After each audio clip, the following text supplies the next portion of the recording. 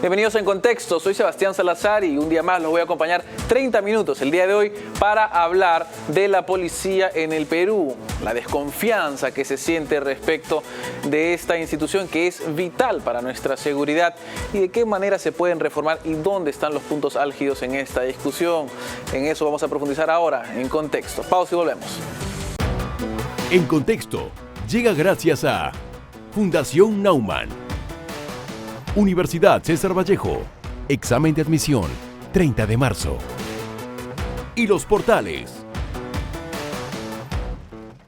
Estamos de vuelta aquí en Contexto y bueno, en el último año, los últimos años hemos visto un nivel de enfrentamiento que ha habido a veces entre la ciudadanía y la policía. En general, un cierto nivel de desconfianza respecto de la policía y los casos de corrupción y microcorrupción que a veces afectan a toda la institución. Esto ha llevado a pensar cuál es el rol exactamente de la policía en nuestro país.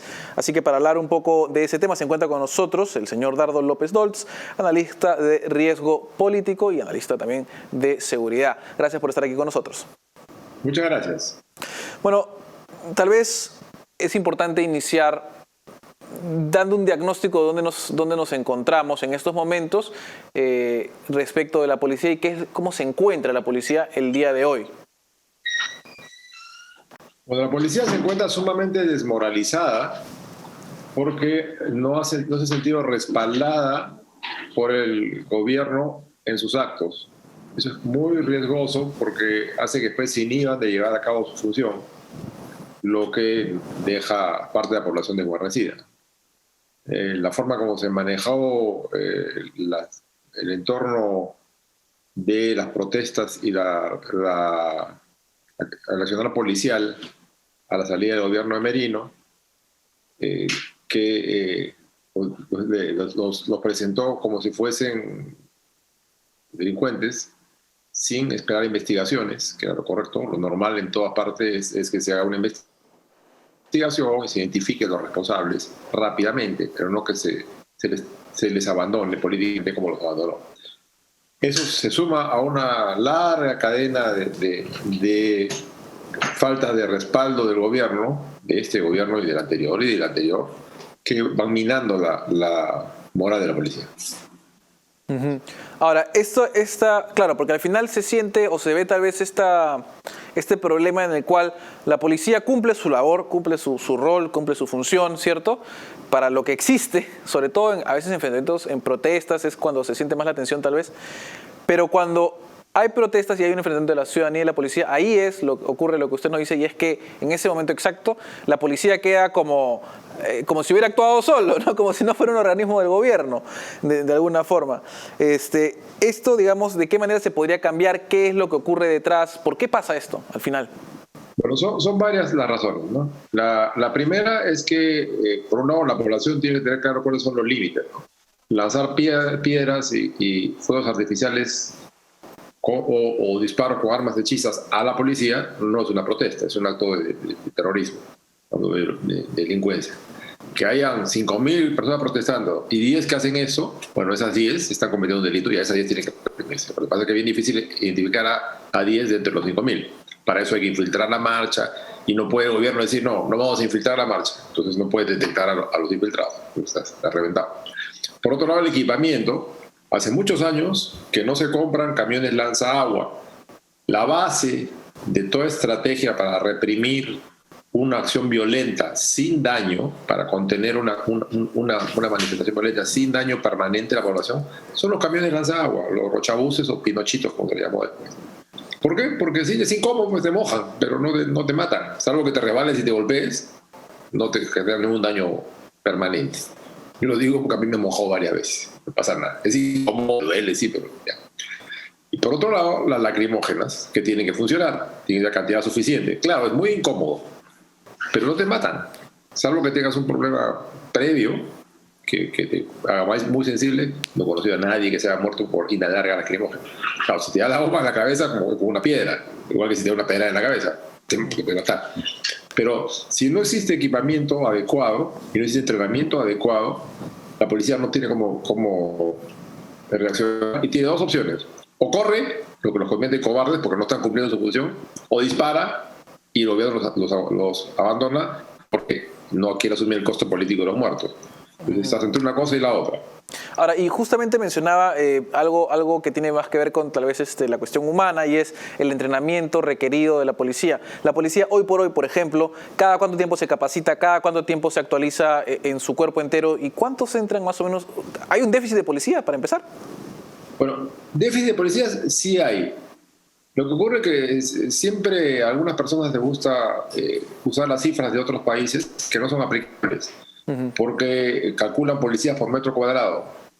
En un país con una geografía como la peruana, puedes estar a 2 kilómetros o a 1 kilómetro de la policía, pero no va a llegar, porque tiene que bajar al valle, subir el cerro, vadear el río, pasar el valle.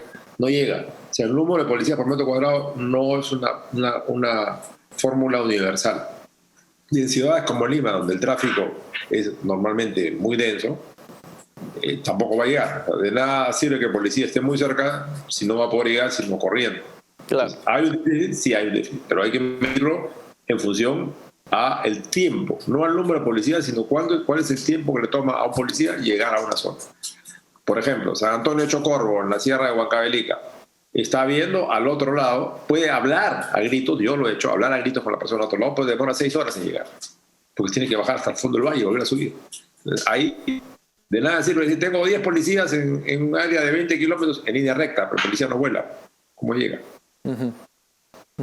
Ahora, entonces, digamos, tomando en consideración el punto de referencia como el tiempo para llegar a la situación o al evento, ¿cuál es el déficit?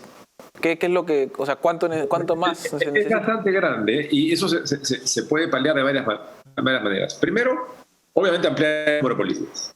Luego, ampliar la capacidad de acceso del policía. Y eso pasa no solo por buenas carreteras y buenas vías para llegar, sino por buen equipamiento. Alguna vez tendrá que ser motos, otras vez autos, otras veces caballos, otras veces helicópteros, aviones.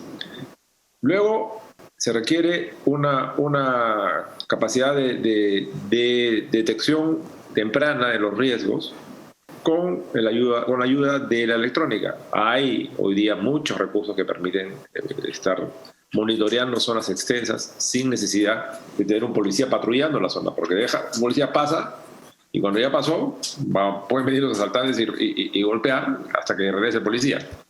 Pero hay fórmulas que se han usado en otras partes del mundo con mucho éxito. Por ejemplo, los globos aerostáticos.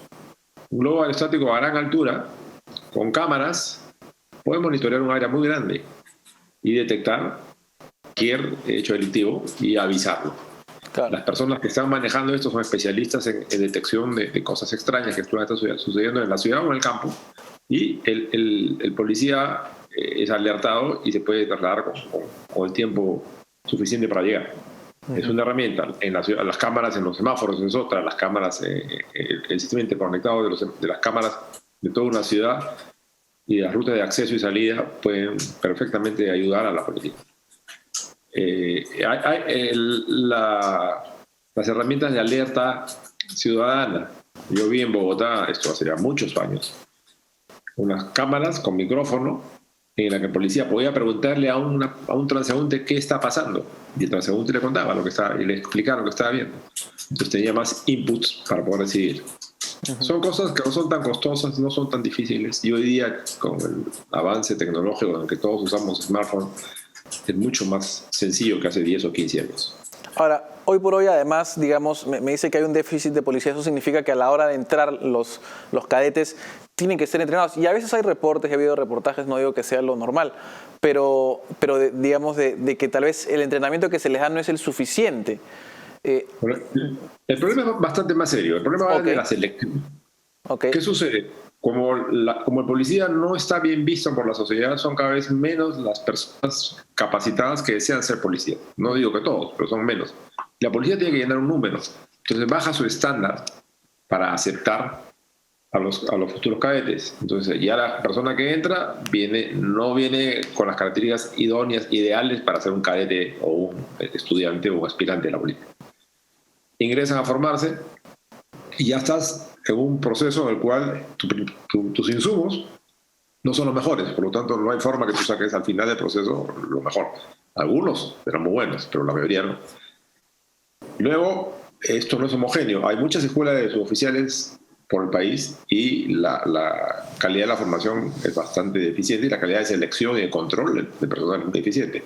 Vemos que en las escuelas de muchas provincias la reincidencia o la estadística de oficiales, suboficiales que están delinquiendo es muy alta. Quiere decir que la escuela está fallando en la selección, en la preparación y en el control. Entonces, es imposible mantener la calidad de la formación con tantas escuelas. Se hizo para integrar a la población de las regiones, pero no funciona. Lo que no funciona hay que corregirlo. Además, la formación es en muchos puntos anacrónica. Escucho a veces a personas que quieren reeditar fórmulas exitosas del pasado, pero ya no sirven. El delito evoluciona, como toda actividad económica, y la policía está en la necesidad y en la obligación de ponerse al día. Las fórmulas que sirvieron en los 80s, en los 90s o a inicio de este siglo ya no sirven. La delincuencia funciona distinto, diría.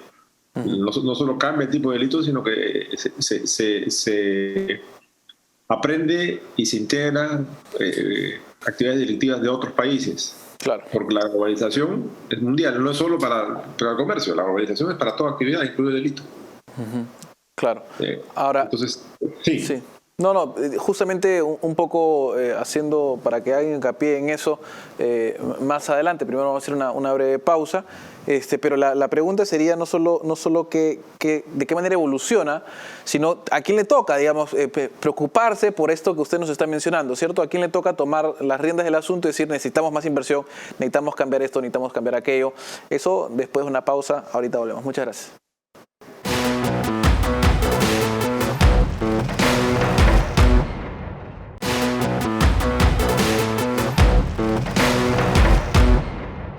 Estamos de vuelta aquí en Contexto y estamos hablando justamente de la policía en nuestro país y de qué manera, si es que de alguna, tiene que cambiar o de qué manera se le tiene que dar el apoyo necesario para que no haya la desconfianza que a veces se siente. Justamente, si quiere no perderse la primera parte de esta entrevista, puede buscarnos a través de YouTube, pone en Contexto y ya nos va a encontrar de todas formas. Pero bueno, estábamos con el señor Dardo López Olds, analista de riesgo político, justamente, y la pregunta era, hemos visto que hay deficiencias en la selección, ¿cierto?, de los cadetes que luego son los que se vuelven policías. No hay un apoyo, no tienen equipamiento, no tienen capacitaciones tal vez suficientes. Además, el gobierno le quita el apoyo político en el momento que además lo necesita. ¿Dónde tiene que originarse el cambio? ¿Arriba, desde los altos mandos de la policía, desde el gobierno? ¿Dónde tiene que haber ese cambio? Tiene que haber, primero que nada, la decisión política y tiene que ser asumida por la propia policía. Recuerdo una frase que mi amigo el general Rosso José Serrano, ex director general de la Policía Colombiana, impulsó, que era, si no cambiamos, nos cambia. Es decir, la policía tiene que asumir que necesita cambiar. La policía colombiana llegó a un punto en que era la última entidad en credibilidad de la población y bajo la gestión de Rosso Serrano, en 6 años se convirtió en la segunda más creíble. Solo estaba detrás de la Iglesia. Entonces, no es imposible. O sea, estamos hablando de un país que tenía narcotráfico, tenía corrupción, tenía guerrilla y logró ponerse como la segunda entidad más respetada después de estar a la cola. ¿Requiere compromiso político? Sí. ¿Requiere compromiso del alto mando policial? Sí. El problema es que el compromiso del alto mando policial va a haber que cernir porque hay gente que para sobrevivir se ha adaptado demasiado a esta fórmula de penetración de la corrupción dentro de la policía y a esta forma de trabajar que no va a poder seguir. Esa gente tendría que salir. Hay buenos y hay otros que ya no deberían estar ahí. Hay que hacer un trabajo de inteligencia para detectar quiénes no deben seguir y esos deben salir, pero no con criterio político ni con criterio de argolla, sino con criterio profesional, de capacidad profesional. Normalmente los cambios en la policía se ven contaminados por intenciones políticas del gobierno que utilizan un área de inteligencia, por ejemplo, para fines políticos. Lo estamos viendo clarísimo desde 2011, increciendo hasta hoy día. O por criterios de argolla que existen dentro de otra organización. Claro. Eso es uno. Pero lo otro que se requiere es un cuerpo dedicado a la reforma. O sea, pero no una reforma teórica de sociólogos y antropólogos como la que estamos viendo planteada en este gobierno. No va a durar lo que dure el gobierno. En julio me imagino que la cambiará. Es una reforma real de modernización de la policía, con prioridades claras, que entienda que el policía debe volver a ser respetado y respetable. La población no confía en los policías, debería confiar. Yo recuerdo de niño, me decían, si te pierdes, busca al policía, cosa que hoy día nadie le dice a sus hijos. Y yo conocía al policía del barrio y sabía su nombre, él los conocía a todos. Es más, era como una parte integrante de la comunidad. Eso ya no existe. Eso se tiene que recuperar, porque en la medida que el policía es cercano a la población, tiene el respaldo de la población, ayuda mucho mejor a un entorno seguro, tanto real como percibido.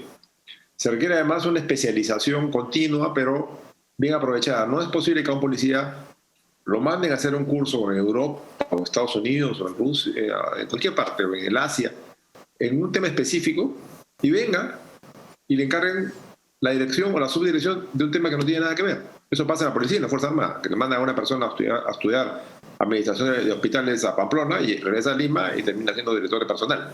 O manda a una persona a estudiar inteligencia o contraterrorismo y termina en éxito.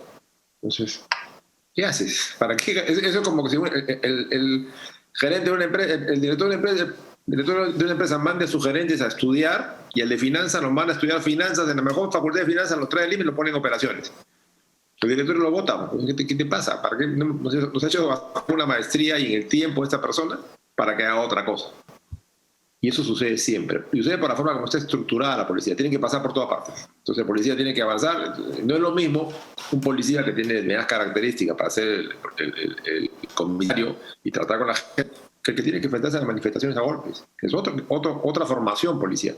Claro. Otro carácter que se requiere. Las otras funciones policiales es igual de importantes, pero son distintas. O el que tiene que hacer una investigación de narcotráfico, o el que tiene que hacer una investigación de trata de personas. Porque se requieren cualidades personales cultivadas, desarrolladas, y cualidades profesionales cultivadas, desarrolladas y experiencia. No se puede estar cambiando a las personas de un lado al otro. Ahora, eso es importante. Y justamente hablando, digamos, de lo que carece la policía hoy en día y de la manera en la que se tendría que integrar de alguna forma y bueno, generar esa cohesión nuevamente con la población, con los ciudadanos, con todos, para que haya justamente esa confianza. ¿Hay algo o algún candidato en esta contienda electoral que estamos viviendo que abarque alguna reforma de la policía que considere sea sustantiva y que vaya justamente a solucionar alguno de estos problemas, independientemente de nombres y partidos, ¿no? Sí lo hay. No quiero mencionar uno u otro, claro, porque tengo amigos postulando contrapuestos entre sí. Sí hay por lo menos 3 o 4 propuestas de reforma de todo el sistema de seguridad que implica la reforma policial. He tenido oportunidad de leer más a fondo una, menos a fondo otra, porque el trabajo no me deja mucho tiempo en esta época de pandemia en que hay que hacer todo solo. Pero sí hay algunas iniciativas interesantes.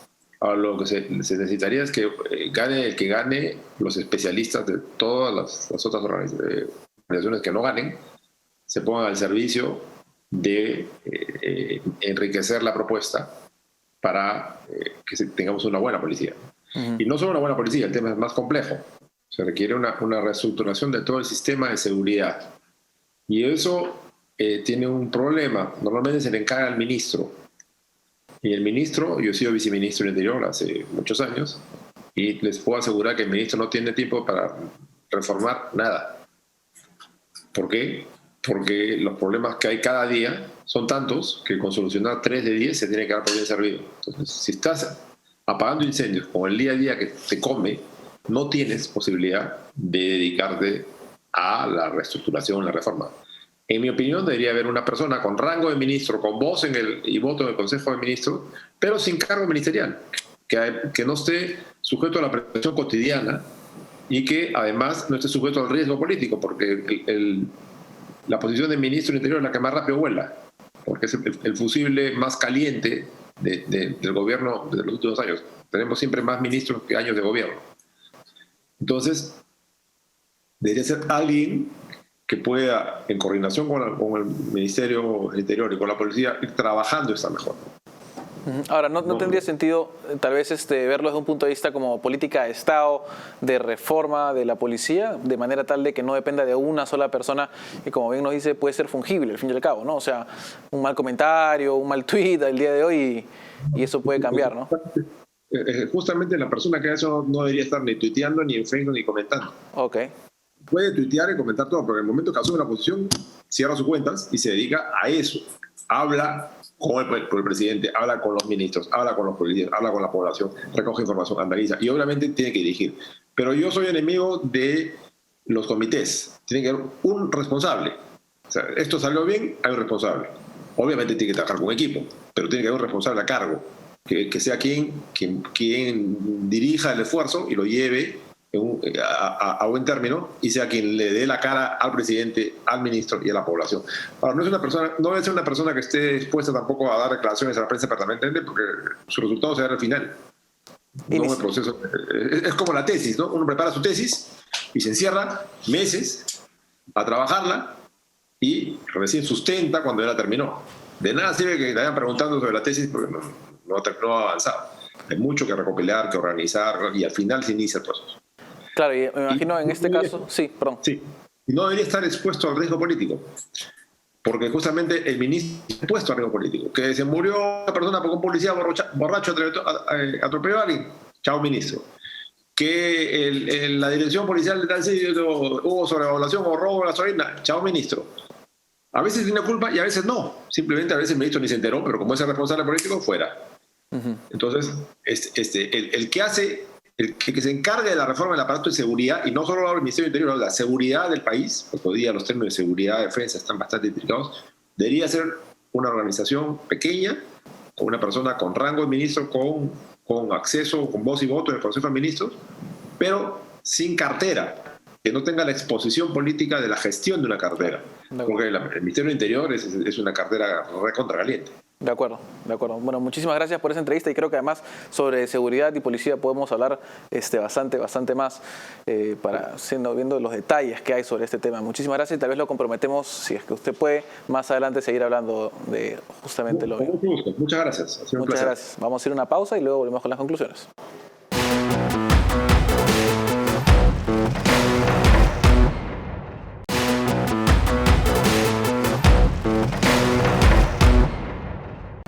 Estamos de vuelta ahora con las conclusiones aquí en Contexto y como escuchaban, es necesario que la población, los ciudadanos, todos nosotros recuperemos la confianza en la policía. Para ello, los cambios que se tienen que hacer tienen que buscar alejar a los malos elementos de la policía y hacer la modernización necesaria y adecuada para integrarlo a la situación específica del Perú, no soluciones de otros países que tal vez no se apliquen de igual manera aquí. Para ello es necesario además un trabajo duro y que tal vez no sea fusible, como nos lo decía el señor Dardo López Dolz, para que se lleve a cabo este cambio que es vital y necesario en nuestro país. Con eso terminamos aquí en Contexto. No se olvide seguirnos a través de YouTube. Solo tiene que buscar en el buscador en Contexto y nos va a encontrar de todas maneras. Y puede ver todos los programas, todos los temas desde que se inició. Muchas gracias. Terminamos con esto y nos vemos otro día. En Contexto llega gracias a Fundación Naumann, Universidad César Vallejo, examen de admisión 30 de marzo. Y Los Portales.